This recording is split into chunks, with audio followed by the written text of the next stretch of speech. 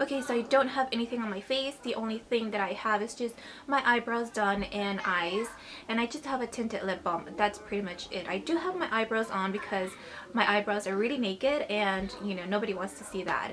And I'm a bare face. As you guys can tell, I have a lot of discoloration, but before that I did wash my face, and my favorite face wash right now, it's my Biore deep pore charcoal cleanser. I'm almost out of it. As you guys can tell, this is the line right here. This is one of my favorite cleansers that I have and that I own and that I've been trying, and I don't know, it's just really gentle on my skin. Right now my skin is really dry because it's winter, and I do have moisturizer on. The one that I have right now, it's my Clarins all day something moisturizer. I'm completely out of it. Today was the last you know, little scoop that I scooped out, so I'm gonna go ahead and put a picture of the one that I'm talking about. It is kind of pricey, but and it's just very refreshing. But yeah, so let's get started with the products.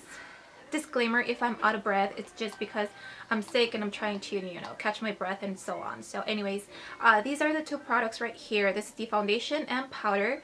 This is the Fit Me foundation, the Matte+Poreless normal to oily skin, and it's like that. The only difference that I see is just, you know, of course, the title, the name of it, and the fact that it comes with you know, like a minty color lettering. So this is the color Natural Buff. It is, yeah, this is a color Natural Buff 230, and this is 220. I didn't find the 230 shade in this in the powder, so I ended up going just a shade dark, I mean a shade lighter, because the other ones were way too dark for me. And it's Natural Beige. So I'm just going to go ahead and put down below in the description bar all of the matches to my skin, like a MAC NC40 and so on. So this one is targeted for, of course, normal to oily skin girls. Now the original Fit Me foundation, that didn't work for me because one, it was extremely I was extremely sensitive to it. I felt like tingly sensation throughout the whole day, and I just couldn't handle it. I decided, you know, not to use it anymore. I couldn't give it away and I couldn't return it because I lost my receipt. The number of shades available are 12, which is pretty good. And then this one, I'm not really sure, but I'm just gonna go ahead and put an annotation somewhere in here of the number of shades that this comes in. And and once you open it, it's just like in a jar, no pump, like just, you know, the original foundation. Got both of these at CVS. I think it was $7.99 or $8.99, but like I said, I got one buy one and get one 50% off, and then I got some coupons. I got like a $50 off coupon, so that was really good. Alright, so I've been wearing this foundation for about 3 weeks now, so I already know what type of brushes and what works, what primers works best on my skin tone. So like I always say, if you want more of a sheer coverage, I would suggest going with a beauty blender, in, you know, just the original beauty blender or the Real Techniques beauty blender. I think both of those works really well. But the brushes that I've been using are these two. This is the Real Techniques buffing brush, and this is one of my favorites brushes. And then the other one, it's this one. This is the RC Cosmetic round top brush, and it looks like that. Both of these are kind of dirty, but because I've used them, so for today I'm going to be using this one. Okay, so the way we're going to start with this review is I'm going to start with primer. I'm going to start with two different primers, high-end and a drugstore. This is the high-end primer that I'm going to be using today, and as well as this one. This is the Garnier 5-Second Miracle Blur, you know, primer. So I'm going to be using this one on this side of my face, and then this one on this side of my face, so you guys can see how well it... Okay, I'm going to start with this side, and I'm just going to take a little bit of this primer, and I'm just going to go ahead and add it. Okay, so next I'm going to go ahead and use my Hourglass Mineral Veil primer, and I'm just going to go ahead and grab a little bit of this one like this, and I'm just going to go ahead and dab it. Oh, that was too much. Oh my god, that was too much. Just going to go ahead and use this. Wow, that was way too much. I usually use that much all over my face, but anyways, it's okay.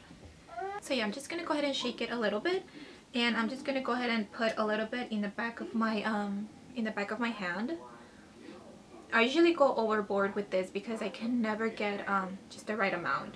This is a little bit runny, as you guys can see. It doesn't feel like very thick on the skin, so that's why I like it. Should have put my hair back. It matches me really good right now. So yeah, to get the most coverage of any foundation, I just dab the foundation all over my skin.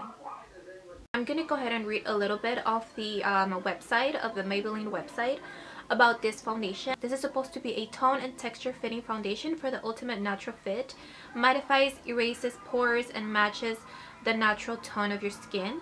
And like I said, this is a foundation for normal to oily skin.